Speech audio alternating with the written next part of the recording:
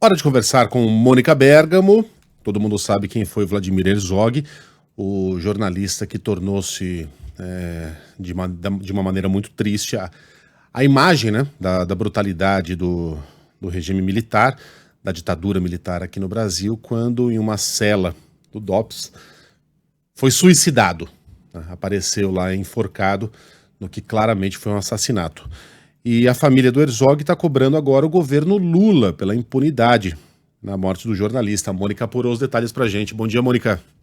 Oi, Megali, bom dia a todos. Pois é, os familiares do jornalista Vladimir Herzog, que foi assassinado pela ditadura militar em 1975, como relatou você agora, né, eles estão indo a Brasília para cobrar o governo Lula e o Supremo Tribunal Federal para que eles cumpram, Megali, a sentença que foi determinada pela Corte Internacional de Direitos Humanos nesse caso.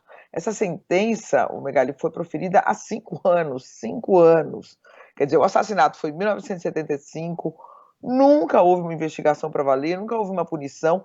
Depois que a Corte Interamericana de Direitos Humanos, que é um organismo internacional ao qual o Brasil é filiado, determinou, o governo brasileiro, o Estado brasileiro, cumpra, investigue, né? Isso há 5 anos, nada foi feito até hoje, né? Nenhuma providência foi tomada no governo de Jair Bolsonaro para que essa sentença fosse cumprida. Ela determina que o Estado investigue e puna os responsáveis pela morte do jornalista, né? Essa morte que foi o estopim de uma série de protestos, Megali, e um dos marcos, né, do início do fim da ditadura. Outro processo lento, né? Quer dizer, um fim lento, demorou 10 anos para ser sacramentado com a eleição de um civil para a presidência da República, o Tancredo Neves, em 1985, e mais 4, né, para chegar de forma plena com a eleição direta para presidente da República.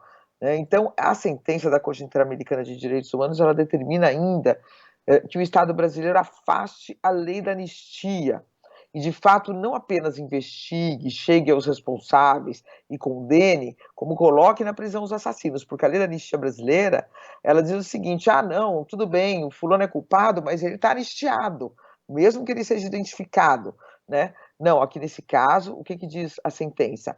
Que a lei de anistia ela não vale, porque este foi um crime de lesa humanidade, com tortura, assassinato, e para esse tipo de crime não há anistia, né, segundo acordos assinados pelo próprio Brasil. Então, o filho do Vladimir Herzog, o Ivo Herzog, ele disse esperar que o governo Lula se mexa e tome providências. Ele vai também, ele e mais um grupo de pessoas, né, familiares e integrantes do Instituto Vladimir Herzog, também vão estar com a presidente do Supremo Tribunal Federal, a ministra Rosa Weber, com o ministro Luiz Roberto Barroso, com o ministro de Direitos Humanos Silvio Almeida, e com integrantes do Ministério das Relações Exteriores. Megali, os sinais vindos do governo Lula não são os mais alvissareiros, né? Organizações de direitos humanos e familiares de mortos e desaparecidos na ditadura, eles questionam a demora, por exemplo, do retorno da Comissão Especial de Mortos e Desaparecidos Políticos, né? Esse colegiado foi extinto pelo ex-presidente Jair Bolsonaro nos últimos dias do seu governo, né? E essa recomposição era uma promessa da gestão do PT.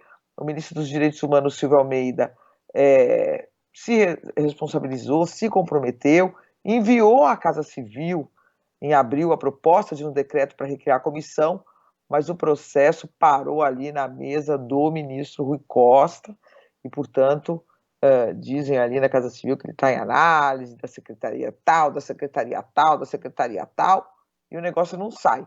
Então, os sinais não são os mais...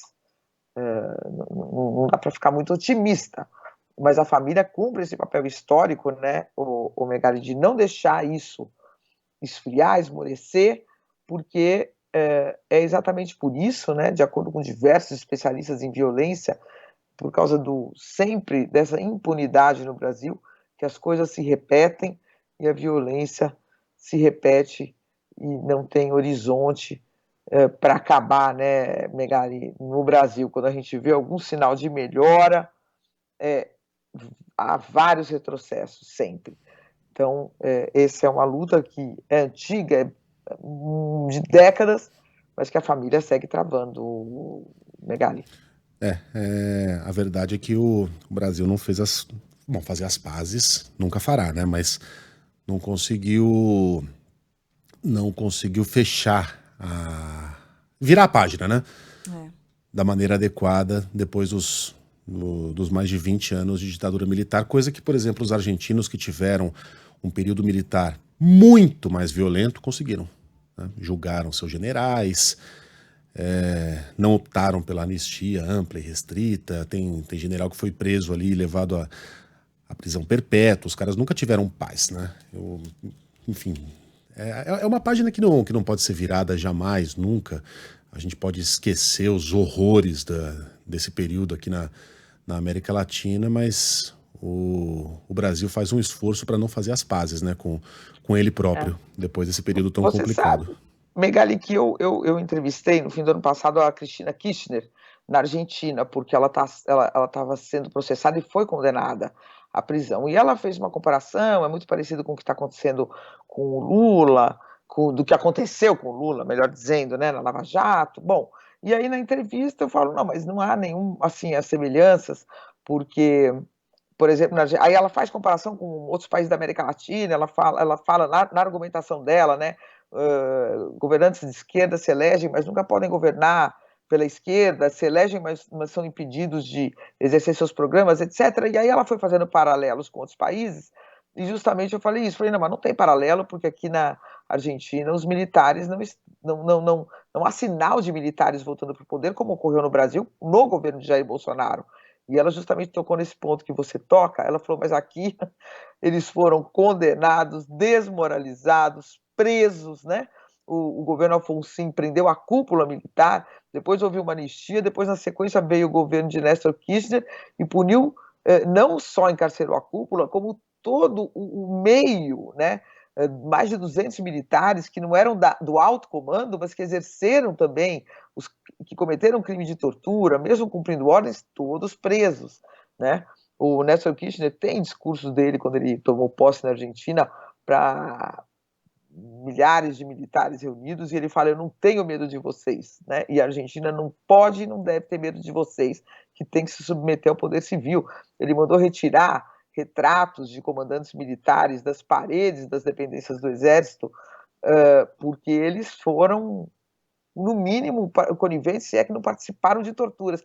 Então é uma história bem diferente, e por isso que lá os militares estão em suas casinhas, fazendo aquilo que a Constituição manda, sem se atrever a querer qualquer tipo de poder, Megali. Lembra do discurso do Estraceira, né, Mônica? Do promotor do julgamento dos militares, dos generais argentinos, né? Eu queria lembrar a íntegra aqui, mas temos a chance, era alguma coisa assim, temos a chance de fazer as pazes com o nosso passado e talvez seja a última, quizás sea a última. A Argentina agarrou essa chance, o Brasil não. E aí, fazendo um paralelo com o presente, claro, uma coisa não tem comparação com a outra, mas ao mesmo tempo tem.